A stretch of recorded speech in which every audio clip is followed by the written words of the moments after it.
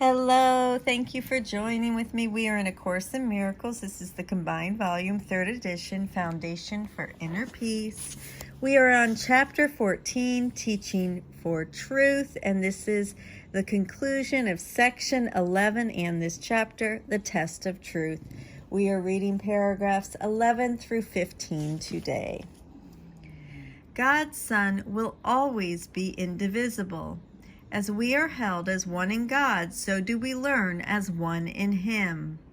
God's teacher is as like to His Creator as is His Son, and through His teacher does God proclaim His oneness and His Son's. Listen in silence and do not raise your voice against Him, for He teaches the miracle of oneness, and before His lesson, division disappears.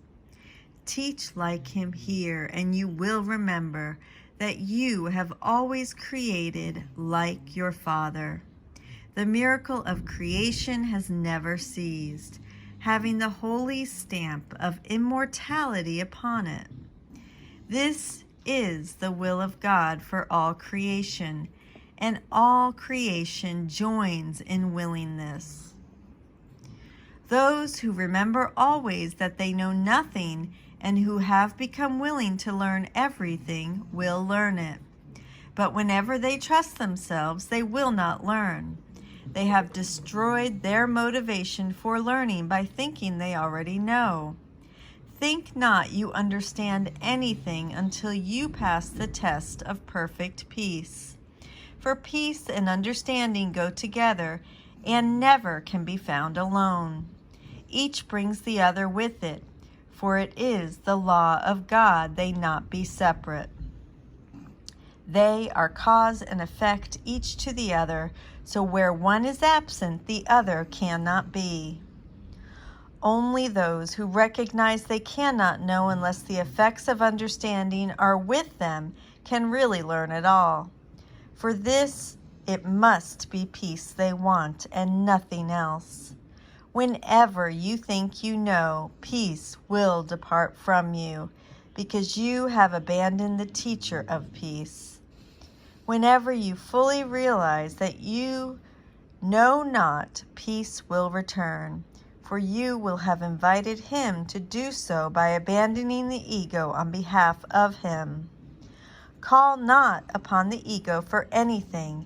It is only this that you need do. The Holy Spirit will, of Himself, fill every mind that so makes room for Him. If you want peace, you must abandon the teacher of attack. The teacher of peace will never abandon you. You can desert him, but he will never reciprocate, for his faith in you is his understanding. It is as firm as is his faith in his Creator, and he knows that faith in his Creator must encompass faith in his creation.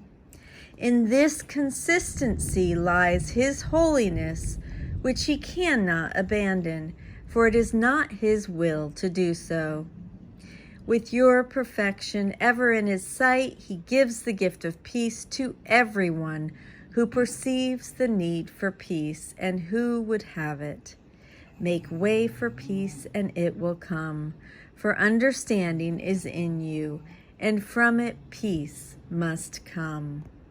The power of God from which they both arise is yours as surely as it is his.